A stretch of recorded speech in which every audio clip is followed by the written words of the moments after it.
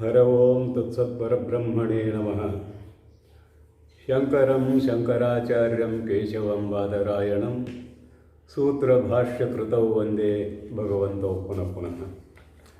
ಪ್ರಾತಸ್ಮರಣೀಯರಾದ ಆರಾಧ್ಯ ಗುರುದೇವರ ಪವಿತ್ರವಾದ ಚರಣಾರವಿಂದಗಳಲ್ಲಿ ದಂಡವತ್ ಪ್ರಣಾಮಗಳನ್ನು ಸಮರ್ಪಣ ಮಾಡಿ ಪ್ರಕೃತ ಕಾರ್ಯಕ್ರಮದಲ್ಲಿ ಭಾಗಿಗಳಾಗೋಣ. ಎರಡನೆಯ ಖಂಡದ ಆರಂಭ. ಏವಂ ಹೇಯೋಪಾದೇಯ ವಿಪರೀತಃ ತ್ವಂ ಆತ್ಮ ಬ್ರಹ್ಮ ಇತಿ ಪ್ರತ್ಯಾಯಿತಃ ಶಿಷ್ಯಃ ಅಹಮೇವ ಬ್ರಹ್ಮ ಇತಿ ಸುಷ್ಟು ವೇದ ಅಹಂ ಇತಿ ಮಾ ಗೃಹ್ಣೀಯಾತ್ ಇತ್ಯಾಶಯಾತ್ ಆಹ ಆಚಾರ್ಯಃ ಶಿಷ್ಯಬುದ್ಧಿ ವಿಚಾರಣಾರ್ಥಂ ಯತಿ ಇತ್ಯಾದಿ. ಏವಂ ಹಿಂದೆ ಹೇಳಿದ ಪ್ರಕಾರ ಹೇಯ ಉಪಾದೇಯ ವಿಪರೀತ, ಹೇಯ ಬಿಡುವುದಕ್ಕೂ ಯೋಗ್ಯವಾಗಿರುವ, ಉಪಾದೇಯ ತೆಗೆದುಕೊಳ್ಳುವುದಕ್ಕೂ ಯೋಗ್ಯವಾಗಿರುವ ಎರಡು ವಸ್ತುಗಳಿಗಿಂತಲೂ ವಿಪರೀತ ಭಿನ್ನವಾಗಿರುವ ತ್ವಂ ಇಂತಹ ನೀನು, ಬ್ರಹ್ಮ ತ್ವಂ ತ್ವಂ ಆತ್ಮ ನಿನ್ನ ಆತ್ಮವು ಬ್ರಹ್ಮವೇ ಅಥವಾ ಬ್ರಹ್ಮವೇ ನಿನ್ನ ಆತ್ಮವು ಎಂದು ಪ್ರತ್ಯಾಯಿತಃ ಶಿಷ್ಯ, ಹೀಗೆ ತಿಳಿಸಲ್ಪಟ್ಟಂತಹ ಶಿಷ್ಯನು ಅಹಮೇವ ಬ್ರಹ್ಮ ಇತಿ ಸುಷ್ಟು ವೇದ ಅಹಂ ಇತಿ ಮಾ ಗೃಹ್ಣೀಯಾತ್. ಅಹಮೇವ ಬ್ರಹ್ಮ, ನಾನೇ ಬ್ರಹ್ಮ ಎಂದು, ನಾನು ಬ್ರಹ್ಮವನ್ನು ಸುಷ್ಟು ಚೆನ್ನಾಗಿ ವೇದ ತಿಳಿದಿದ್ದೇನೆ ಎಂಬುವ ಯಾವ ತಿಳಿವಳಿಕೆ ಇದೆಯೋ, ಮಾ ಗೃಹ್ಣೀಯಾತ್, ಈ ತಿಳಿವಳಿಕೆಯನ್ನು ಅವನು ಗ್ರಹಿಸದೇ ಇರಲಿ ಅನ್ನುವ ಅಭಿಪ್ರಾಯದಿಂದ, ಇತ್ಯಾಶಯಾತ್ ಅನ್ನುವ ಅಭಿಪ್ರಾಯದಿಂದ, ಶಿಷ್ಯ ಬುದ್ಧಿ ವಿಚಾರಣಾರ್ಥಂ, ಶಿಷ್ಯನ ಬುದ್ಧಿಯನ್ನು ಅಲುಗಾಡಿಸುವುದಕ್ಕಾಗಿ, ಯದಿ ಇತ್ಯಾದಿ, ಯದಿ ಮನ್ಯಸೆ ಸುವೇದ ಇತ್ಯಾದಿ ಮಂತ್ರದಿಂದ ಆಹ ಆಚಾರ್ಯ, ಆಚಾರ್ಯನು ಹೇಳಿದವನು ಆಗುತ್ತಾನೆ, ಹೇಳಿದವನು ಆಗಿದ್ದಾನೆ ಅಥವಾ ಕೇಳಿದವನು ಆಗುತ್ತಾನೆ ಅನ್ನುವುದು ಕೂಡ ಇಲ್ಲಿ ಒಂದು ಕಡೆ ಆಗುವಂಥದ್ದು. ಹೀಗೆ ಆರಂಭ ಆಗ್ತದೆ ಇದು ಎರಡನೇ ಖಂಡ. ಇಲ್ಲಿ ಪೂರ್ವ ಪಕ್ಷಿ ಬರ್ತಾನೆ. ನಾನು ಇಷ್ಟಾದೇವ ಸುವೇದ ಅಹಂ ಇತಿ ನಿಶ್ಚಿತ ಪ್ರತಿಪತ್ತಿ.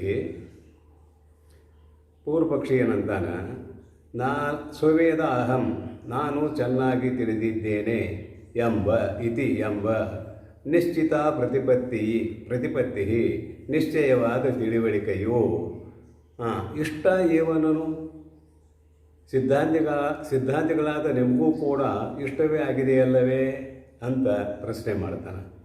ಅದಕ್ಕೆ ಸಿದ್ಧಾಂತಿಗಳು ಉತ್ತರ ಕೊಡ್ತಾರೆ, ಸತ್ಯಂ, ಹೌದು, ಇಷ್ಟ ನಿಶ್ಚಿತ ಪ್ರತಿಪತ್ತಿ ನಹಿ ಸುವೇದ ಅಹಂ ಇತಿ.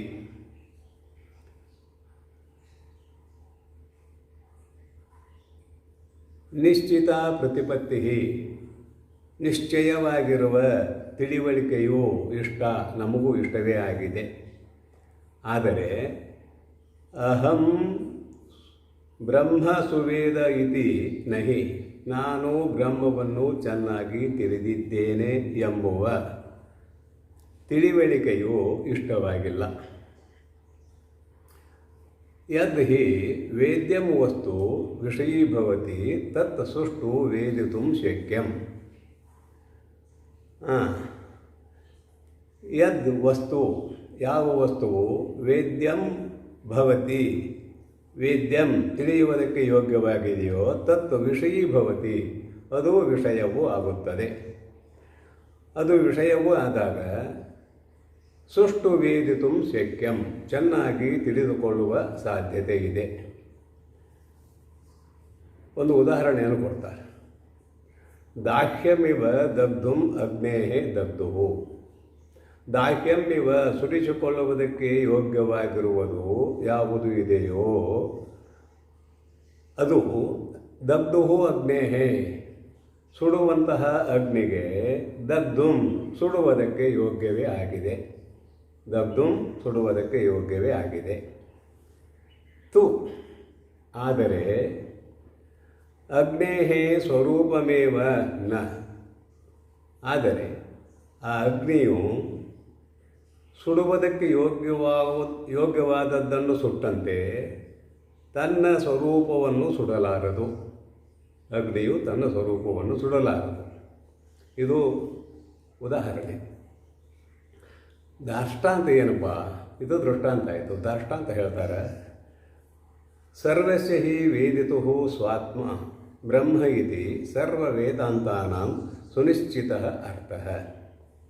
ವೇದಿತುಃ ಸರ್ವಸ್ಯ, ತಿಳಿದುಕೊಳ್ಳುವ ಪ್ರತಿಯೊಬ್ಬನಿಗೆ ಬ್ರಹ್ಮವು ಸ್ವ ಆತ್ಮ, ಅವನ ಆತ್ಮವೇ ಆಗಿದೆ ಎಂದು ಸರ್ವವೇದಾಂತಾನಾಂ ಸಕಲ ಉಪನಿಷತ್ತುಗಳ ಸುನಿಶ್ಚಿತ ಅರ್ಥ, ಚೆನ್ನಾಗಿ ನಿಶ್ಚಯ ಮಾಡಲ್ಪಟ್ಟಂತಹ ವಿಷಯವೂ ಆಗಿದೆ, ನಿಶ್ಚಯ ಮಾಡಲ್ಪಟ್ಟಂತಹ ಅರ್ಥವೂ ಆಗಿದೆ. ಚ ಮತ್ತು ಇಹ ತದೇವ ಪ್ರತಿಪಾದಿತಂ ಪ್ರಶ್ನ ಪ್ರತಿವಚನೋಕ್ತ್ಯ ಶಿರೋತ್ರಸ್ಯ ಶಿರೋತ್ರಂ. ಚ ಮತ್ತು ಇಹ ಇಲ್ಲಿಯೂ ಕೂಡ ತದೇವ ಪ್ರತಿಪಾದಿತಂ, ಆ ವಿಷಯವೇ ಇಲ್ಲಿಯೂ ಕೂಡ ಪ್ರತಿಪಾದನೆ ಮಾಡಲ್ಪಟ್ಟಿದೆ. ಪ್ರಶ್ನೆ ಪ್ರತಿವಚನೋಕ್ತ್ಯ, ಗುರು ಶಿಷ್ಯರ ಮಧ್ಯದಲ್ಲಿ ಸಾಗಿ ಬಂದಿರುವ ಪ್ರಶ್ನೆ ಮತ್ತು ಅದಕ್ಕೆ ಉತ್ತರ ರೂಪವಾಗಿರುವ ಯಾವ ವಾಕ್ಯಗಳು ಇವೆಯೋ ಆ ವಾಕ್ಯಗಳಿಂದ ಇಲ್ಲಿಯೂ ಕೂಡ ಅದೇ ವಿಷಯವನ್ನು ಪ್ರತಿಪಾದನೆ ಮಾಡಲಾಗಿದೆ. ಹೇಗೆ ಅಂದರೆ ಶಿರೋತ್ರಸ್ಯ ಶಿರೋತ್ರಂ, ಉಪಲಕ್ಷಣವಾಗಿ ಕಿವಿಗೆ ಕಿವಿಯಾಗಿದ್ದಾನೆ. ಏನು ಕೇಳಿರುವಂತಹ ವ್ಯಕ್ತಿಯು ಕಿವಿಗೆ ಕಿವಿಯಾಗಿದ್ದಾನೆ, ಇದು ಉಪಲಕ್ಷಣ. ಎಲ್ಲ ಕರ್ಣಗಳಿಗೆ ಆತನು ಕರ್ಣ ಸ್ವರೂಪನಾಗಿದ್ದಾನೆ ಅನ್ನುವುದು ಅಭಿಪ್ರಾಯ. ಇತ್ಯಾದ್ಯಯ ಶಿರೋತ್ರಸ್ಯ ಶಿರೋತ್ರಂ ಇತ್ಯಾದ್ಯಯ, ಇದೇ ಮೊದಲಾದ ಮಂತ್ರಗಳಿಂದ ಆ ಹೇಳಿದ ವಿಷಯವೇ ದೃಢವಾಗಿ ಹೇಳಲ್ಪಟ್ಟಿದೆ. ಅಷ್ಟೇ ಅಲ್ಲ, ಯದ್ವಾಚ ಅನಭ್ಯುದಿತಂ, ಯತ್ ಯಾವ ಬ್ರಹ್ಮವು ವಾಚ ಮಾತಿನಿಂದ ವಾಗೀಂದ್ರಿಯದಿಂದ ಅನಭ್ಯುದಿತಂ ಹೇಳಿಸಿಕೊಳ್ಳಲಾರದು. ಇದರಂತೆ ಇನ್ನುಳಿದ ಕಡೆ ಅನ್ವಯ ಆಗ್ತದೆ.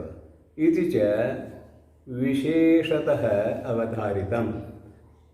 ಇತಿಚಂದ್ರ ಯಾವುದೂ ಮಾತುಗಳಿಗೆ ವಾಗೀಂದ್ರಿಯಕ್ಕೆ ವಿಷಯವೂ ಆಗಲಾರದು ಅಥವಾ ಮಾತಿನಿಂದ ತಿಳಿಸಿಕೊಳ್ಳಲಾರದು ಎಂಬುದು ವಿಶೇಷತಃ ವಿಶೇಷವಾಗಿ ಅವಧಾರಿತಂ ಒತ್ತಿ ಹೇಳಿರುವ ವಿಷಯವೂ ಆಗಿದೆ. ಅವಧಾರಿತಂ ಒತ್ತು ಕೊಟ್ಟು ಈ ವಿಷಯವನ್ನು ಹೇಳಿದ್ದಾಗಿದೆ. ಬ್ರಹ್ಮವಿತ್ ಸಂಪ್ರದಾಯ ನಿಶ್ಚಯಶ್ಚ ಉಕ್ತಃ, ಇಲ್ಲಿ ಬ್ರಹ್ಮಜ್ಞಾನಿಗಳ ಸಂಪ್ರದಾಯವೂ ಕೂಡ ಹೇಳಲ್ಪಟ್ಟಿದೆ. ಏನಂತ? ಅನ್ಯದೇವ ತದ್ವಿದಿತಾತ್ ಅಥೋ ಅವಿದಿತಾತ್ ಅಧಿ. ತತ್ ಶಿಷ್ಯನು ಕೇಳಿದಂತಹ ಆ ವಸ್ತು ವಿದಿತಾತ್ ಅತಃ ಅಂದರೆ ತಿಳಿದಿರುವ ವಸ್ತುವಿಗಿಂತಲೂ ಅನ್ಯದೇವ ಅದು ಬೇರೆಯೇ ಆಗಿದೆ. ಅವಿದಾತ್ ತಿಳಿಯದೇ ಇರುವ ವಸ್ತುವಿಗಿಂತಲೂ ಅಧಿ ಬೇರೆಯೇ ಆಗಿದೆ. ಇಲ್ಲಿ ತಿಳಿಯುವ ಹಾಗೂ ತಿಳಿಯದೇ ಇರುವ ವಸ್ತು ದ್ವಯ ಇದೆಯಲ್ಲ, ಅದು ತನಗಿಂತಲೂ ಭಿನ್ನವಾಗಿರಬೇಕು. ತಿಳಿಯಬೇಕಾದರೂ ತನಗಿಂತಲೂ ಭಿನ್ನವಾಗಿರಬೇಕು, ತಿಳಿಯದೇ ಇರಬೇಕಾದರೂ ತನಗಿಂತಲೂ ಭಿನ್ನವಾಗಿರಬೇಕು ಎಂಬುದನ್ನು ಬ್ರಹ್ಮವಿತ್ ಸಂಪ್ರದಾಯ ನಿಶ್ಚಯ ಉಕ್ತಃ. ಬ್ರಹ್ಮಜ್ಞಾನಿಗಳ ಸಂಪ್ರದಾಯದಲ್ಲಿ ನಿಶ್ಚಯವಾಗಿ ಹೇಳಿಕೊಂಡು ಬರಲಾಗಿದೆ. ಉಪನ್ಯಸ್ತಂ ಉಪಸಂಹರಿಷ್ಯತಿ ಚ ಮತ್ತು ಉಪನ್ಯಾಸ ಮಾಡಿದ್ದನ್ನು ಅಂದರೆ ಹೇಳಿಕೊಂಡು ಬಂದಿರುವ ವಿಷಯವನ್ನು ಉಪಸಂಹರಿಷ್ಯತಿ ಉಪಸಂಹಾರ ಮಾಡುತ್ತಾರೆ. ಅವಿಜ್ಞಾತಂ ವಿಜಾನತಾಂ ವಿಜ್ಞಾತಂ ಅವಿಜಾನತಾಂ ಇತಿ. ಇಲ್ಲಿ ವಿಜಾನತಾಂ ಅವಿಜ್ಞಾತಂ, ನಾನು ತಿಳಿದುಕೊಂಡಿದ್ದೇನೆ ಎಂದು ಯಾರು ಭಾವಿಸಿದ್ದಾರೆಯೋ ಅವರಿಗೆ ಅದು ತಿಳಿದಿಲ್ಲ. ಅರ್ಥಾತ್ ನಾನು ಬ್ರಹ್ಮವನ್ನು ತಿಳಿದಿದ್ದೇನೆ ಎಂದು ಯಾರು ಯಾರು ತಿಳಿದುಕೊಂಡಿದ್ದಾರೆಯೋ ಅವರಿಗೆ ಆ ಬ್ರಹ್ಮವು ಅಥವಾ ಆ ಆತ್ಮವು ತಿಳಿದಿಲ್ಲ. ಇನ್ನು ವಿಜ್ಞಾತಂ ಅವಿಜಾನತಾಂ, ಇಲ್ಲಿ ಏನು ಮಾಡ್ಯಾರಂದ್ರೆ ಅವಿಜಾನತಾಂ ವಿಜ್ಞಾತಂ, ಯಾರಿಗೆ ಶಬ್ದಾರ್ಥ, ಯಾರಿಗೆ ತಿಳಿದಿಲ್ಲವೋ ಅವರಿಗೆ ತಿಳಿದಿದೆ ಅಂತ ಶಬ್ದಾರ್ಥ ಆಗ್ತದೆ. ಪರಂತು ಇಲ್ಲಿ ಏನಂದ್ರೆ ವಿಷಯ, ಯಾರು ತಮ್ಮ ಯಥಾರ್ಥವಾದ ಸ್ವರೂಪದ ಸಾಕ್ಷಾತ್ಕಾರವನ್ನು ಮಾಡಿಕೊಂಡಿದ್ದಾರೆಯೋ ಅಲ್ಲಿ ತಮ್ಮನ್ನು ಬಿಟ್ಟು ಇನ್ನೊಂದು ಇಲ್ಲದೇ ಇರುವುದರಿಂದ ತಿಳಿದಿದ್ದೇನೆ ಅಥವಾ ತಿಳಿದಿಲ್ಲ ಹೀಗೆ ಎರಡೂ ರೀತಿಯ ಶಬ್ದಗಳನ್ನು ಉಚ್ಚಾರ ಮಾಡುವುದಕ್ಕೆ ಅವಕಾಶವೇ ಇಲ್ಲ. ಆದುದರಿಂದ ತನ್ನನ್ನು ತಾನು ತಿಳಿದಿರುವ ಮಹಾನುಭಾವನು ಮೌನಿಯಾಗಿರುತ್ತಾನೆ. ಅದಕ್ಕಾಗಿ ವಿಜಾನತಾಂ, ಇಲ್ಲಿ ಮೌನಿಯಾದವನೇ, ತನ್ನನ್ನು ತಾನು ತಿಳಿದುಕೊಂಡು ಮೌನಿಯಾದವನನ್ನೇ ವಿಜಾನತಾಂ ಎಂದು ಹೇಳ್ತಾರೆ. ಅವಿಜಾನತಾಂ ಎಂದು ಹೇಳ್ತಾರೆ. ಅವಿಜಾನತಾಂ ಅಂದ್ರೆ ತಿಳಿಯದೇ ಇರುವವನು ಅಂತ ಅರ್ಥ ಅಲ್ಲ. ತಿಳಿಯದೇ ಇರುವವನು ಅಂದ್ರೆ ಜಗತ್ತಿನ ಜನರೆಲ್ಲರೂ ತಿಳಿಯದೇ ಇರುವವರೇ ಆಗಿದ್ದಾರೆ. ಅವರೆಲ್ಲರಿಗೂ ಕೂಡ ಅನ್ವಯವಾದೀತು. ಹಾಗಾಗದಿರಲಿ ಎನ್ನುವ ಅಭಿಪ್ರಾಯದಿಂದ ತನ್ನ ಸ್ವರೂಪದ ಸಾಕ್ಷಾತ್ಕಾರವನ್ನು ಮಾಡಿಕೊಂಡವನಿಗೆ ತನಗಿಂತಲೂ ಭಿನ್ನವಾದುದು ಏನೂ ಇಲ್ಲದೇ ಇರುವುದರಿಂದ ಅಲ್ಲಿ ಶಬ್ದದ ಉಚ್ಚಾರವು ಆಗುವುದಿಲ್ಲ. ಅದುವೇ ಅವಿಜಾನತಾಂ ಅನ್ನುವ ಮಾತಿನಿಂದ ಹೇಳಲ್ಪಟ್ಟಂತಹ ವಿಷಯವು. ಅಂಥವನಿಗೆ ವಿಜ್ಞಾತಂ, ಆತ್ಮತತ್ವದ ಸಾಕ್ಷಾತ್ಕಾರವೂ ಆಗಿದೆ ಅಥವಾ ಆತ್ಮತತ್ವದ ಅನುಭವವು ಚೆನ್ನಾಗಿ ಬಂದಿದೆ. ಯತ್ ಸಾಕ್ಷಾತ್ ಅಪರೋಕ್ಷಾತ್ ಬ್ರಹ್ಮ ಅನ್ನುವಂತೆ ಆ ಬ್ರಹ್ಮದ ಅಥವಾ ತನ್ನ ಆತ್ಮದ ಸಾಕ್ಷಾತ್ಕಾರವು ಅವನಿಗೆ ಆಗಿದೆ ಎಂದು ಹೀಗೆ ಎಂದು ಇಲ್ಲಿ ಅಭಿಪ್ರಾಯ. ತಸ್ಮಾತ್, ಆದ್ದರಿಂದ ಯುಕ್ತಮೇವ ಶಿಷ್ಯಸ್ಯ ಸುವೇದ ಇತಿ ಬುದ್ಧಿಂ ನಿರಾಕರ್ತುಂ, ಆದುದರಿಂದ ಶಿಷ್ಯನ ಸುವೇದ ಇತಿ ನಾನು ಚೆನ್ನಾಗಿ ತಿಳಿದುಕೊಂಡಿದ್ದೇನೆ ಎಂಬುವ ಬುದ್ಧಿ ಇದೆಯಲ್ಲ, ಆ ಬುದ್ಧಿಯನ್ನು, ನಾನು ಚೆನ್ನಾಗಿ ತಿಳಿದುಕೊಂಡಿದ್ದೇನೆ ಎಂಬುವ ಬುದ್ಧಿಯನ್ನು ನಿರಾಕರ್ತುಂ ಯುಕ್ತಮೇವ, ಅದನ್ನು ತೆಗೆದುಹಾಕುವುದು ಯೋಗ್ಯವೇ ಆಗಿದೆ. ಈ ಪೂರ್ವದಲ್ಲಿ ಹೇಳಿದಂತೆ ತಿಳಿಯಬೇಕಾದರೂ ತನಗಿಂತಲೂ ಭಿನ್ನವಾಗಿರಬೇಕು, ತಿಳಿಯದೇ ಇರಬೇಕಾದರೂ ತನಗಿಂತಲೂ ಭಿನ್ನವಾಗಿರಬೇಕು ಆ ವಸ್ತು, ತಿಳಿಯದೇ ಇರುವ ವಸ್ತು. ಇಲ್ಲಿ ನಾನು ತಿಳಿದಿದ್ದೇನೆ ಅಂತ ಶಿಷ್ಯನೂ ಹೇಳಿದ್ದರಿಂದ ಆತ್ಮತತ್ವವು ಅಥವಾ ಬ್ರಹ್ಮತತ್ವವು ಅವನಿಗಿಂತಲೂ ಬೇರೆ ಆಯಿತು ಅನ್ನುವ ಭಾವನೆ ಉಂಟಾಗ್ತದೆ. ಈ ಭಾವನೆಯು ನಿರಾಕರಿಸುವುದಕ್ಕೆ ಯೋಗ್ಯವೇ ಆಗಿದೆ.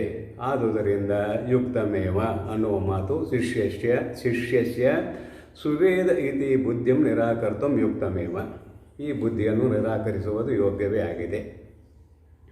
ನಹಿ ವೇದಿತ ವೇದಿತು ವೇದಿತುಂ ಶಕ್ಯ ಅಗ್ನಿರಿವ ದಗ್ಧುಂ ಅಗ್ನೇಹೆ ಹೇಳ್ತಾರೆ. ಇನ್ನೂ ಅದನ್ನು ಸ್ಪಷ್ಟಪಡಿಸ್ತಾರೆ. ಹೇಗೆ ಅಂತ ಕೇಳಿದರೆ,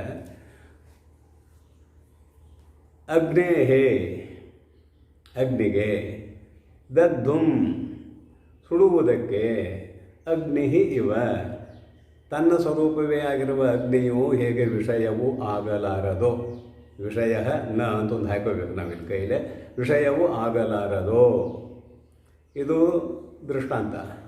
ದಾರ್ಷ್ಟಾಂತ ಏನು ಅಂತ ಕೇಳಿದರೆ, ವೇದಿತು ವೇದಿತುಂ ವೇದಿತ ನ ಶಕ್ಯ ನಹಿ ಶಕ್ಯ. ವೇದಿತು ತಿಳಿಯುವವನಿಗೆ, ವೇದಿತುಂ ತಿಳಿಯುವುದಕ್ಕೆ, ವೇದಿತ ವೇದಿತ ನ ಶಕ್ಯ. ವೇದಿತ ಅಂತ ಏನಿಲ್ಲಿದ್ದಾನಲ್ಲ ಅವನು ತಿಳಿಯುವುದಕ್ಕೆ ವಿಷಯನು ಆಗಲಾರ, ಅಥವಾ ಅದು ತಿಳಿಯುವುದಕ್ಕೆ ವಿಷಯವು ಆಗಲಾರದು. ಇಲ್ಲಿ ವೇದಿತ ಪುಲ್ಲಿಂಗ ಇದೆ, ಅವನು ತಿಳಿಯುವುದಕ್ಕೆ ವಿಷಯನು ಆಗಲಾರ.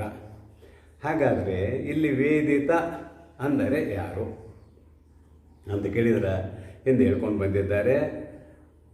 ವೇದಿತು ಸರ್ವಸ್ಯ ಬ್ರಹ್ಮ ಸ್ವಾತ್ಮ ಏವ. ತಿಳಿಯುವ ಪ್ರತಿಯೊಬ್ಬ ವ್ಯಕ್ತಿಗೆ ಬ್ರಹ್ಮವು ಅವನ ಆತ್ಮವೇ ಆಗಿದೆ ಎಂದು ಹೇಳಿಕೊಂಡು ಬಂದಿದ್ದಾರೆ.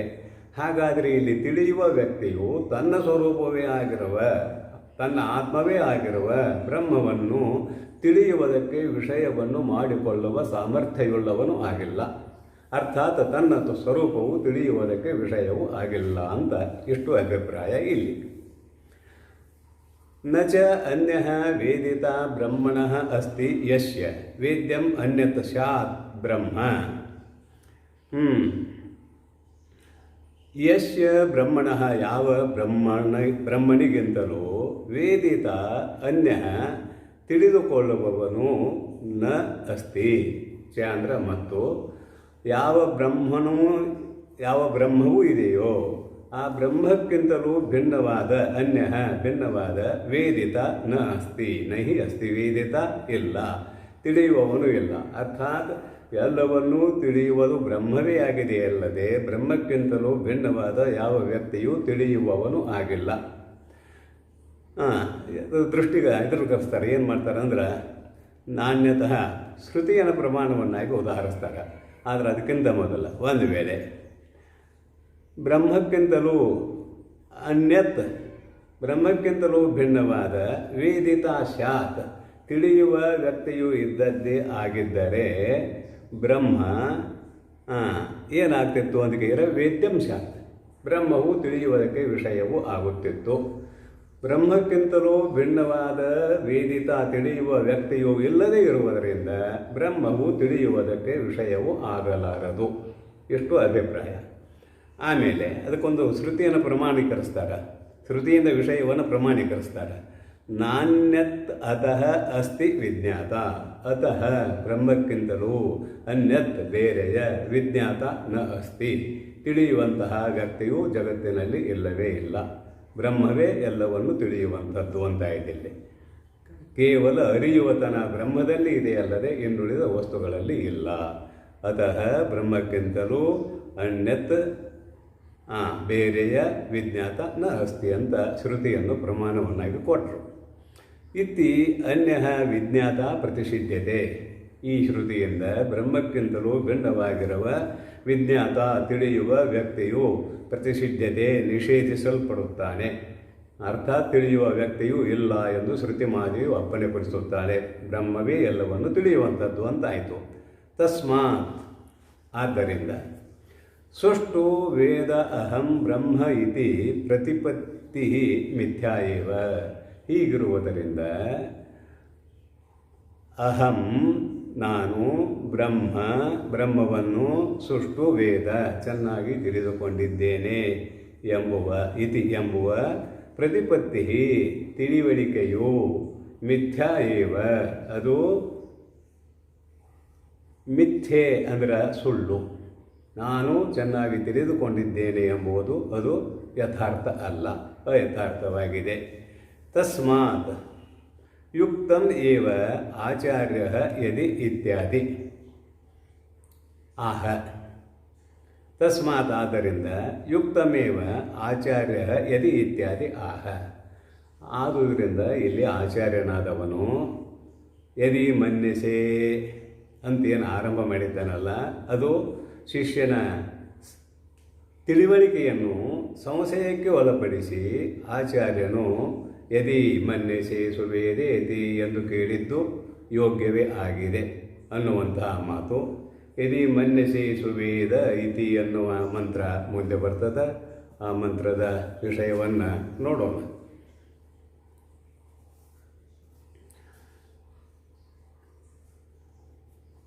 ಯದಿ ಮನ್ಯಸೆ ಸುವೇದೇತಿ ದಭ್ರಮೇವಾಪಿ ನೂನಂ ತ್ವಂ ವೇತ್ಥ ಬ್ರಹ್ಮಣೋ ರೂಪಂ ಯದಸ್ಯ ತ್ವಂ ಯದಸ್ಯ ದೇವೇಶ್ವಧನುಮೇಮಾಂಶಮೇವ ತೇ ಮನ್ಯೆ ವಿದಿತಂ. ಇಲ್ಲಿ ಗುರುಗಳು ಶಿಷ್ಯನನ್ನು ಕುರಿತು ಕೇಳ್ತಾರೆ. ಯದಿ ಮನ್ಯಸೆ ಸುವೇದ ಇತಿ, ಯದಿ ಒಂದು ವೇಳೆ ಸುವೇದ ಇತಿ ಮನ್ಯಸೆ, ನಾನು ಬ್ರಹ್ಮವನ್ನು ಚೆನ್ನಾಗಿ ತಿಳಿದುಕೊಂಡಿದ್ದೇನೆ ಎಂದು ನೀನು ತಿಳಿದುಕೊಂಡದ್ದೇ ಆದರೆ, ದಭ್ರಮೇವ ಅಪಿ ನೂನಂ ತ್ವಂ ವೇತ್ಥ, ತ್ವಂ ನೀನು, ದಭ್ರಮೇವಾಪಿ ಅಲ್ಪವಾದ ಬ್ರಹ್ಮವನ್ನೇ ನೂನಂ ನಿಶ್ಚಯವಾಗಿ ವೇತ್ತ ತಿಳಿದುಕೊಂಡವನಾಗಿರುವೆಯ. ಅರ್ಥಾತ್ ಬ್ರಹ್ಮದ ಸಂಪೂರ್ಣ ಜ್ಞಾನ ನಿನಗೆ ಆಗಿಲ್ಲ, ಅಲ್ಪ ಬ್ರಹ್ಮವನ್ನು ನೀನು ತಿಳಿದುಕೊಂಡವನು ಆಗಿದ್ದೀಯ. ವೇತ್ತ ಬ್ರಹ್ಮಣೋ ರೂಪಂ, ನೀನು ತಿಳಿದುಕೊಂಡಿರುವ ಯಾವ ಬ್ರಹ್ಮಣ ರೂಪವು ಇದೆಯೋ ಅದು ಅಲ್ಪವಾಗಿದೆ. ತಬ್ರಂ ಅಂದರೆ ಅಲ್ಪವಾಗಿದೆ. ಯದಸ್ಯ ತ್ವಂ, ಅಸ್ಯ ಯತ್ ತ್ವಂ ಮತ್ತು ಯದಸ್ಯ ತ್ವಂ, ಎರಡು ಕಡೆ ಯದಸ್ಯ ಯದಸ್ಯ ಅಂತ ಬಂದಿದೆ. ಅಸ್ಯ ಯತ್ ಅಸ್ಯ ಯತ್ ಅಂತದು ಪದಚ್ಛೇದ ಆಗ್ತದೆ. ಅಸ್ಯ ಅಂದರೆ ಬ್ರಹ್ಮದ, ಯತ್ ಯಾವ ರೂಪವು ಇದೆಯೋ, ತ್ವಂ ನೀನು ತಿಳಿದುಕೊಂಡದ್ದು, ಅದು ಆಧ್ಯಾತ್ಮಿಕವಾದದ್ದು ಆದರೂ ಆಗಿರಬಹುದು, ದೇವತೆಗಳಲ್ಲಿ ಇರುವಂಥದ್ದಾದರೂ ಆಗಿರಬಹುದು. ದೇವೇಶು ಅಂತಿದೆ ಮುಂದೆ, ದೇವತೆಗಳಲ್ಲಿ ಇರುವಂಥದ್ದಾದರೂ ಆಗಿರಬಹುದು. ಅದು ಅಲ್ಪವೇ. ತಬ್ರಮೇವ ಅಂತ ಮತ್ತನ್ವಯ, ಅದು ಅಲ್ಪವೇ. ಯತ್ತಸ್ಯ ಒಂದು ಆಧ್ಯಾತ್ಮಿಕ, ಇನ್ನೊಂದು ದೇವತೆಗಳಲ್ಲಿ ಇರುವಂತಹ ಬ್ರಹ್ಮ ಅಂದರೆ ಸೋಪಾಧಿಕ ಬ್ರಹ್ಮ ಅಂತ ಇದರ ಅರ್ಥ ಆಯಿತು. ನು ಮೀಮಾಂಸಮೇವತೆ ಮನ್ಯೆ ವಿದಿತಂ, ತೇ ಮನ್ಯೆ ವಿದಿತಂ, ನೀನು ತಿಳಿದಿರುವಂಥದ್ದು ಯಾವ ಬ್ರಹ್ಮವಿದೆಯೋ ಅಥವಾ ಯಾವ ತಿಳಿವಳಿಕೆ ಇದೆಯೋ, ಮೀಮಾಂಸಮೇವ ಅದು ವಿಚಾರವನ್ನು ಮಾಡಲಿಕ್ಕೆ ಆಗುವುದಕ್ಕೆ ಯೋಗ್ಯವಾಗಿದೆ. ಅರ್ಥಾತ್ ಅದು ವಿಚಾರಣೀಯ ವಿಷಯ. ನೀನು ತಿಳಿದುಕೊಂಡದ್ದು ಯಾವ ಬ್ರಹ್ಮ ಇದೆಯೋ ಅಥವಾ ನಿನ್ನ ತಿಳಿವಳಿಕೆ ಇದೆಯೋ ಅದು ವಿಚಾರಣೀಯ ವಿಷಯ ಅಂತ ಇಲ್ಲಿ ಸಾಮಾನ್ಯವಾಗಿ ಮಂತ್ರದ ಭಾವಾರ್ಥ. ಭಾಷ್ಯಕಾರರು ಏನು ಹೇಳ್ತಾರೆ ನೋಡೋಣ. ಯದಿ ಕದಾಚಿತ್ ಮನ್ಯಸೆ ಸುವೇದ ಇತಿ ಸುಷ್ಟು ವೇದ ಅಹಂ ವೇದ ಅಹಂ ಬ್ರಹ್ಮ ಇತಿ ಯದಿ, ಒಂದು ವೇಳೆ, ಕದಾಚಿತ್ ಅಂತಾರೆ ಇಲ್ಲಿ, ಅಂದರೆ ಅಷ್ಟು ಸುಲಭವಾಗಿ ತಿಳಿಯುವಂಥದ್ದು ಅಲ್ಲ ಅನ್ನುವ ಅಭಿಪ್ರಾಯದಲ್ಲಿ ಕದಾಚಿತ್ ಸುವೇದ ಸುಷ್ಟು ವೇದ ಅಹಂ ಸುಷ್ಟು ವೇದ, ಸುವೇದ ಅನ್ನೋದಕ್ಕೆ ನಾನು ಚೆನ್ನಾಗಿ ತಿಳಿದುಕೊಂಡಿದ್ದೇನೆ. ಯಾವುದನ್ನಂದ್ರೆ ಬ್ರಹ್ಮವನ್ನು ನಾನು ಚೆನ್ನಾಗಿ ತಿಳಿದುಕೊಂಡಿದ್ದೇನೆ.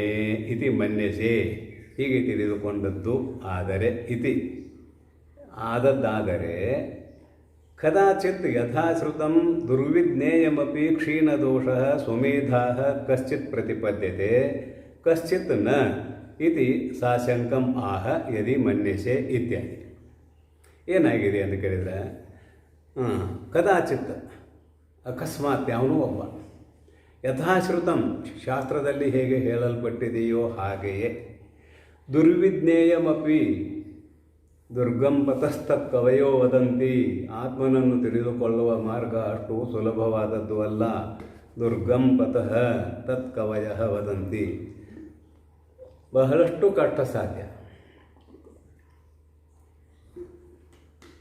ಕಷ್ಟ ಸಾಧ್ಯ ಅಂತ ಯಾಕೆ ಅಂದರು ಅಂತ ಕೇಳಿದರೆ, ಅತೀಂದ್ರಿಯವಾಗಿರುವುದರಿಂದ ಆತ್ಮತತ್ವವು ಅಥವಾ ಬ್ರಹ್ಮವು ಇಂದ್ರಿಯಗಳಿಗೆ ಕರಣಗಳಿಗೆ ವಿಷಯವೂ ಆಗದೇ ಇರುವುದರಿಂದ, ದುರ್ವಿಜ್ಞೇಯಮಪಿ ಅತ್ಯಂತ ಕಷ್ಟದಾಯಕವಾಗಿರುವುದರಿಂದ, ಕ್ಷೀಣದೋಷ ಯಾವನೋ ಒಬ್ಬ ಮಹಾತ್ಮ, ಕ್ಷೀಣದೋಷ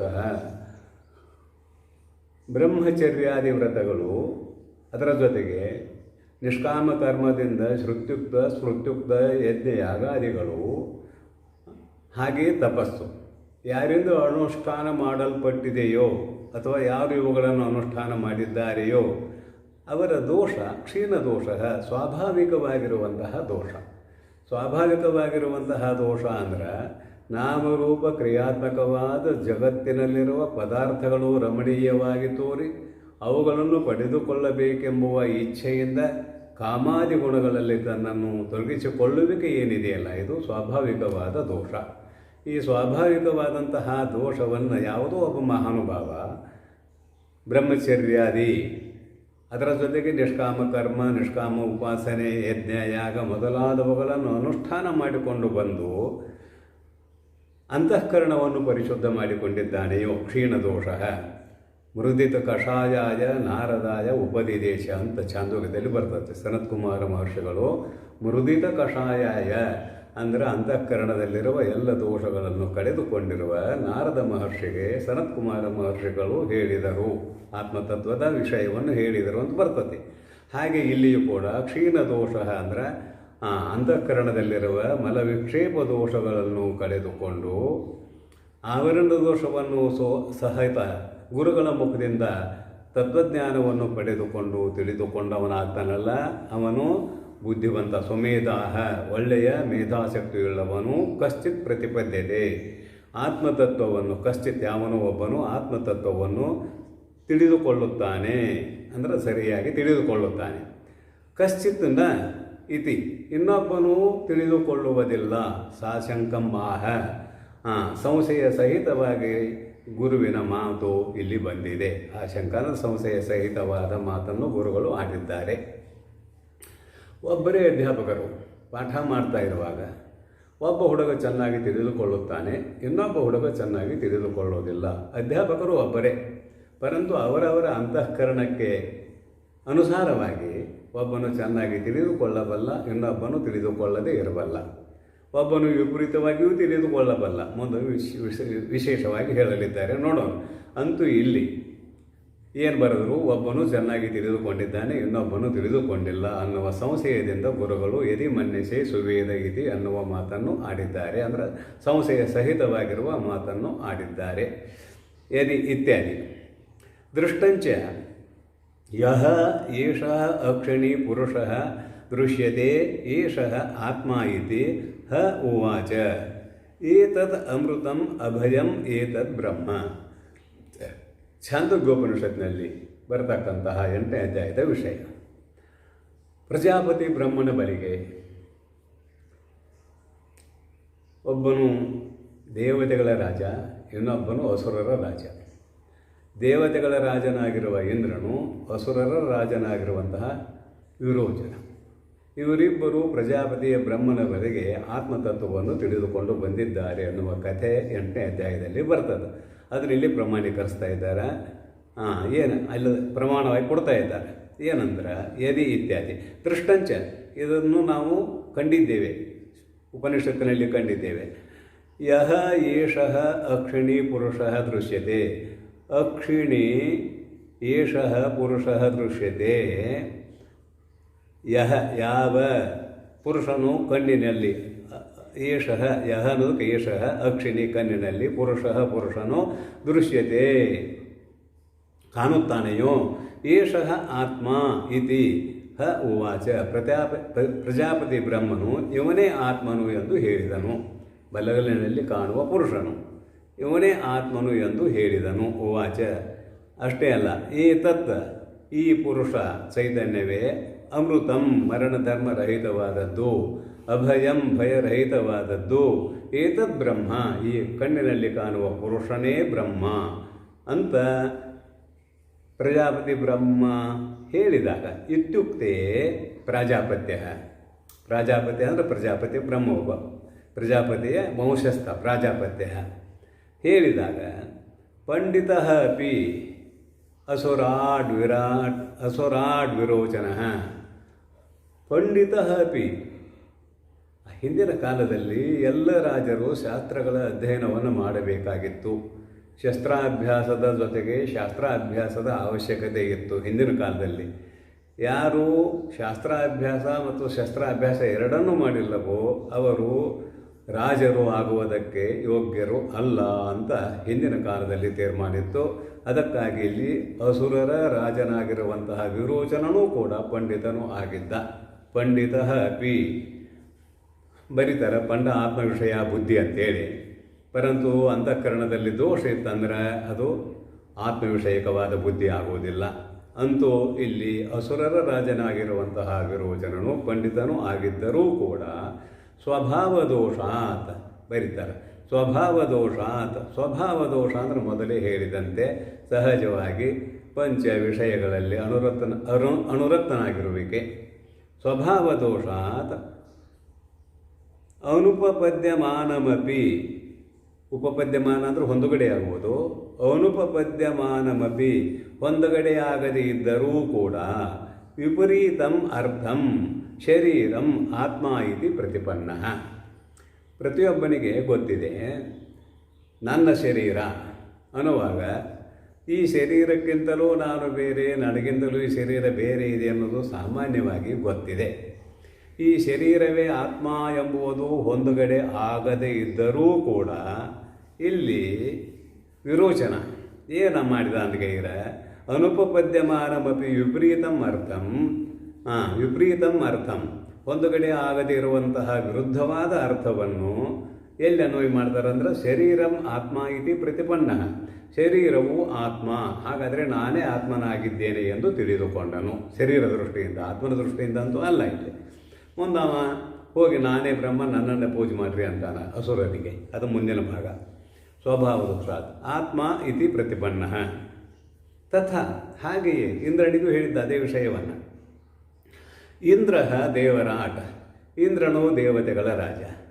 ಸಕೃತ್ ಒಂದು ಸಲ ಕೇಳಿದ, ದ್ವಿಹಿ ಎರಡು ಸಲ ಕೇಳಿದ, ತ್ರಿಹಿ ಮೂರು ಸಲ ಕೇಳಿದ. ಅಂದ್ರೆ ಸಕೃತ್ ದ್ವಿಹಿ ತ್ರಿಹಿ ಉಕ್ತಂ, ಮೂರು ಸಲ ಕೇಳಿದರೂ ಕೂಡ ಇದೇ ವಿಷಯವನ್ನೇ ಮೂರು ಸಲ ಹೇಳಿದ ಪ್ರಜಾಪತಿ ಬ್ರಹ್ಮ. ಕೇಳಿದರೂ ಕೂಡ ಏನಾಯಿತು ಅಂತ ಕೇಳಿದ್ರೆ ಚಕಾರ. ಚ ಅಂದ್ರೆ ಮತ್ತು ಇಂದ್ರನು ಇದೇ ವಿಷಯವನ್ನು ಮೂರು ಸಲ ಕೇಳಿದರೂ ಕೂಡ ಅಪ್ರತಿಪದ್ಯಮಾನ, ಬ್ರಹ್ಮವನ್ನು ತಿಳಿದುಕೊಳ್ಳದವನು ಆಗಿರುವುದರಿಂದ ಸ್ವಭಾವ ದೋಷ ಕ್ಷಯಾತ್. ಯಾಕೆ ತಿಳಿದುಕೊಳ್ಳಿಲ್ಲ ಇಲ್ಲಿಯವರೆಗೆ ಅಂತ ಕೇಳಿದ್ರೆ ಅಂತಃಕರಣದಲ್ಲಿ ಇನ್ನೂ ದೋಷ ಇತ್ತಂತ ಕಾಣ್ತದೆ. ಮುಂದೆ 101 ವರ್ಷ ಅಲ್ಲಿ ಪ್ರಜಾಪತಿ ಬ್ರಹ್ಮನಲ್ಲಿ ವಾಸ ಮಾಡಿದ್ದಾನೆ. 101 ವರ್ಷ, 4ನೇ ಸಲಕ್ಕೆ 5 ವರ್ಷ ಹೇಳಿದ್ದಾರೆ. ಅಂತೂ ಏನಾಯಿತು ಅದಕ್ಕೆ ಅನುಪಪದ್ಯಮಾನಮಪಿ ವಿಪರೀತಂ ಅರ್ಥಂ ಶರೀರಂ ಆತ್ಮ ಇತಿ ಪ್ರತಿಪನ್ನ ಅಸುರರಾಟ. ಅವನು ಹಾಗೆ ತಿಳ್ಕೊಂಡ, ಶರೀರವೇ ಆತ್ಮ ಅಂತ ತಿಳ್ಕೊಂಡ. ಇಂದ್ರ 3 ಸಲ ಕೇಳಿದ, 1 2 3 ಸಲ ಕೇಳಿದರೂ ಕೂಡ ಆತ್ಮತತ್ವದ ತಿಳಿವಳಿಕೆ ಆಗಲಿಲ್ಲ, ಬ್ರಹ್ಮದ ತಿಳಿವಳಿಕೆ ಆಗಲಿಲ್ಲ. ಸ್ವಭಾವ ದೋಷ ಕ್ಷಯಂ ಅಪೇಕ್ಷೆ ಚತುರ್ಥೇ ಪರ್ಯಾಯೇ. ಅಂದ್ರೆ ಈ 4 ಪರ್ಯಾಯಗಳಲ್ಲಿ ಗುರುಸೇವೆಯನ್ನು ಆತನು ಮಾಡಿದ್ದರಿಂದ ಸ್ವಭಾವ ದೋಷ, ಸಹಜವಾಗಿರುವಂತಹ ದೋಷ, ಅರ್ಥಾತ್ ಪ್ರಾಪಂಚಿಕ ಪದಾರ್ಥಗಳಲ್ಲಿ ಯಾವ ಆಸಕ್ತಿ ಎಂಬುವ ದೋಷ ಇದೆಯೋ, ಪ್ರಾಪಂಚಿಕ ಪದಾರ್ಥಗಳು ಯಥಾರ್ಥ, ಅವುಗಳನ್ನು ಪಡೆಯಬೇಕೆಂಬುವ ಯಾವ ಇಚ್ಛೆ ಇದೆಯೋ, ಆಸೆ ಇದೆಯೋ, ಅದು ಒಂದು ದೋಷ. ಅದು ಹೋಯಿತೀಗ. ಸ್ವಭಾವ ದೋಷ ಕ್ಷಯಂ ಅಪೇಕ್ಷೆ ಚತುರ್ಥೇ ಪರ್ಯಾಯೇ, 4ನೆಯ ಪರ್ಯಾಯದಲ್ಲಿ 4ನೇ ಸಲ ಇದು ಗುರುಗಳ ವಾಸ, ಗುರುಗಳ ಆಶ್ರಮದಲ್ಲಿ ವಾಸ. ಪ್ರಥಮೋಕ್ತಮೇವ ಬ್ರಹ್ಮ ಪ್ರತಿಪನ್ನವಾನ್. ಮೊದಲು ಹೇಳಿದ ಬ್ರಹ್ಮವನ್ನೇ 4ನೆಯ ಸಲ ಕೇಳಿದಾಗ ತಿಳಿದುಕೊಂಡ ಅಂತ. ಹಾಗಾದ್ರೆ ಮೊದಲು 3 ಸಲ ಯಾಕೆ ತಿಳ್ಕೊಳ್ಳಿಲ್ಲ ಅಂದ್ರೆ ಗೊತ್ತಾಯಿತು ಅಂತಃಕರಣದಲ್ಲಿ ದೋಷ ಇತ್ತು. ಈಗ 4ನೇ ಸಲ ಯಾಕೆ ಗೊತ್ತಾಯಿತು ಅದೇ ವಿಷಯ ಅಂದ್ರೆ ಅಂತಃಕರಣದಲ್ಲಿರುವ ದೋಷ ಹೋಯಿತು, ಅದೇ ವಿಷಯ ಗೊತ್ತಾಯಿತು ಅನ್ನುವುದನ್ನು ನಾವು ಚಾಂದೋಗ್ಯದಲ್ಲಿ ನೋಡಿಕೊಂಡು ಬಂದಿದ್ದೇವೆ, ತಿಳಿದಿದ್ದೇವೆ.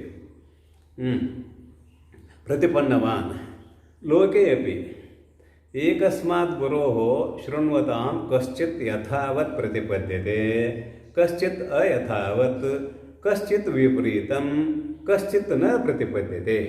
ಲೋಕದೊಂದು ದೃಷ್ಟಾಂತ ಕೊಡ್ತಾರೆ. ಈಗ ಲೋಕೆ ಅಪಿ, ಲೋಕದಲ್ಲಿಯೂ ಕೂಡ ಸಹಜವಾಗಿ ವ್ಯಾವಹಾರಿಕ ಸತ್ತೆಯನ್ನು ಇಟ್ಕೊಂಡಾಗ ಲೋಕ ಅನ್ನುವ ಮಾತು ಬರ್ತದೆ.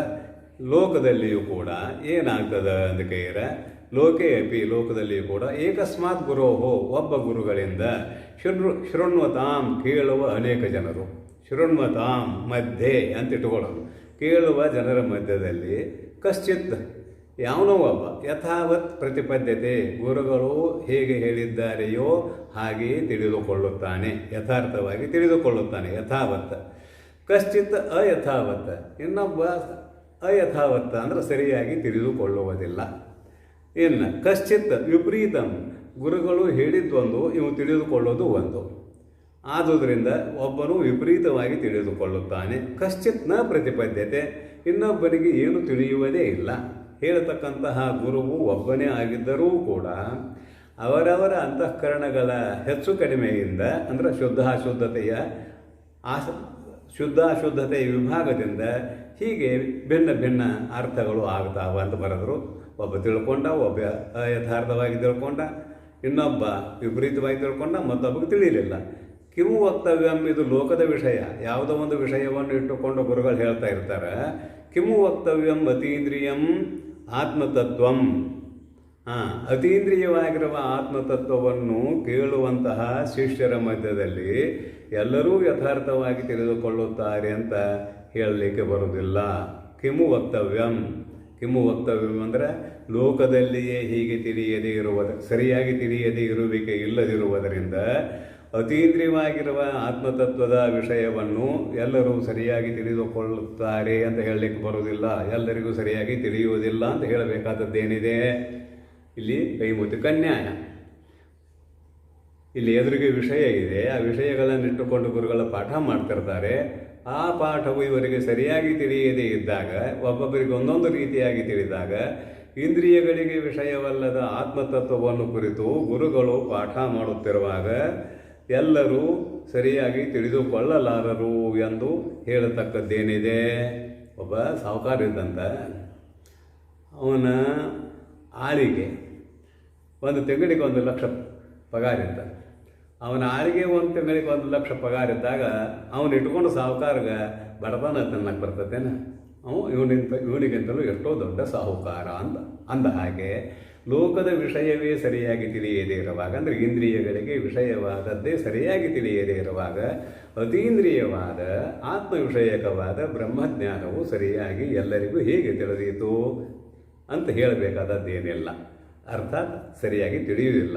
ಅದಕ್ಕಾಗಿಯೇ ಗುರುಗಳು ಶಿಷ್ಯ ತಿಳ್ಕೊಂಡು ಬಂದಾನಲ್ಲ, ನಾನು ಚೆನ್ನಾಗಿ ತಿಳಿದಿದ್ದೇನೆ ಅಂತ, ಅದಕ್ಕೆ ಅವು ಸರಿಯಾಗಿ ತಿಳಿದಿದೆಯೋ ಇಲ್ಲವೋ ಎನ್ನುವುದಕ್ಕಾಗಿ ಎರಿ ಮನ್ಯಸೆ ಸ್ವಭೇದೇತಿ ಅಂತ ಪ್ರಶ್ನೆ ಮಾಡಿದ್ದು ಯೋಗ್ಯವೇ ಆಗಿದೆ.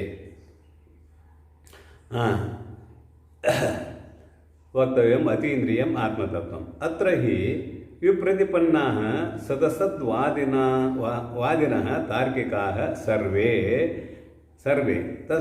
ಇಲ್ಲೇನಾಗಿದೆ? ಇದರ ಜೊತೆಗೆ ಅತ್ರ ಈ ಶಾಸ್ತ್ರದಲ್ಲಿ ಆದರೂ ಅಧ್ಯಾತ್ಮ ರಂಗದಲ್ಲಿ ಆದರೂ ವಿಪ್ರತಿಪನ್ನಾಃ ವಿರುದ್ಧವಾದ ಅಭಿಪ್ರಾಯವುಳ್ಳವರು ಯಾರ್ಯಾರು ಅಂದ್ರೆ ಸದ್ವಾದಿಗಳಿದ್ದಾರೆ, ಅಸದ್ವಾದಿ ತಾರ್ಕಿಕಾಹ, ತಮ್ಮ ಊರಿಗೆ ತೋಚಿದಂತೆ ಮಾತನಾಡುವವರು ಇದ್ದಾರೆ. ಸರ್ವೆ ಅಂತ ಒಂದು ಮಾತು ಹಾಕಿದರು. ವೇದಾಂತಿಗಳನ್ನು ಇನ್ನುಳಿದವರೆಲ್ಲರೂ ಸದ್ವಾದಿಗಳಾಗಿರಬಹುದು, ಅಸದ್ವಾದಿಗಳಾಗಿರಬಹುದು, ಅಥವಾ ತಾರ್ಕಿಕರಾಗಿರಬಹುದು. ಇವರೆಲ್ಲರೂ ಏನಂತ ಕೇಳಿದರೆ ಆತ್ಮತತ್ವ ಮತ್ತು ಜೀವತತ್ವ ಬೇರೆ ಬೇರೆ ಅಂತ ಹೇಳಲಿಕ್ಕೆ ಹೊರಟವರು. ಕೆಲವು ಜನ ಆತ್ಮ ಇಲ್ಲವೇ ಇಲ್ಲ ಅಂತ ಹೇಳಲಿಕ್ಕೆ ಹೊರಟವರು. ಹೀಗೆ ಭಿನ್ನವಾದ ಅಭಿಪ್ರಾಯಗಳಿಂದ ಕೂಡಿಕೊಂಡಿರುವ ಜನರು ಇರುವುದರಿಂದ ಈ ಅತೀಂದ್ರಿಯವಾಗಿರುವ ಆತ್ಮತತ್ವವನ್ನು ಸರಿಯಾಗಿ ತಿಳಿದುಕೊಂಡಿದ್ದಾನೆ ಅಂತ ಹೇಳುವುದಕ್ಕೆ ಅಷ್ಟು ಸುಲಭವಾದ ಮಾತು ಅಲ್ಲ. ಅದಕ್ಕಾಗಿ ಶಿಷ್ಯನು ನಾನು ಚೆನ್ನಾಗಿ ತಿಳಿದುಕೊಂಡಿದ್ದೇನೆ ಎಂದು ಹೇಳಿದ್ದರಿಂದ ಇವನಿಗೆ ಚೆನ್ನಾಗಿ ಜ್ಞಾನವೂ ಆಗಿದೆಯೋ ಇಲ್ಲವೋ ಅನ್ನುವುದಕ್ಕಾಗಿ ಗುರುಗಳು ಇಲ್ಲಿ ಪ್ರಶ್ನೆ ಮಾಡಿದ್ದು ಯೋಗ್ಯವೇ ಆಗಿದೆ ಅಂತ ಮತ್ತೊಮ್ಮೆ ನೆನಪು ಮಾಡಿಕೊಳ್ಳೋಣ. ತಸ್ಮಾತ್ ವಿದಿತಂ ಬ್ರಹ್ಮ ಇತಿ ಸುನಿಶ್ಚಿತ ಉಕ್ತಮಪಿ ವಿಷಮ ಪ್ರತಿಪತ್ತಿತ್ವಾತ್. ತಸ್ಮಾತ್ ಆದ್ದರಿಂದ ವಿದಿತಂ ಬ್ರಹ್ಮವು ನನಗೆ ತಿಳಿಯಿತು ಎಂದು ಸುನಿಶ್ಚಿತ ಉಕ್ತಮಪಿ ಚೆನ್ನಾಗಿ ತಿಳಿದುಕೊಂಡವನು ಹೇಳಿದ್ದರೂ ಕೂಡ ಸುನಿಶ್ಚಿತ ನಿಶ್ಚಯವಾಗಿ ತಿಳಿದುಕೊಂಡಿದ್ದೇನೆ ಎಂದು ಹೇಳಿದರೂ ಕೂಡ ವಿಷಮ ಪ್ರತಿಪತ್ತಿತ್ವಾತ್. ವಿಷಮ ಅಂದ್ರೆ ಕಷ್ಟ ಸಾಧ್ಯವಾಗಿರುವುದರಿಂದ, ತಿಳಿಯುವುದು ಕಷ್ಟ ಸಾಧ್ಯವಾಗಿರುವುದರಿಂದ ಯದಿ ಮನ್ಯಸೆ ಇತ್ಯಾದಿ ಸಾಶಂಕಂ ವಚನಂ. ಯದಿ ಮನ್ಯಸೆ ಅನ್ನುವ ವಚನ ಏನಿದೆ ಅಂದರೆ ಸಂಶಯ ಸಹಿತವಾಗಿದೆ.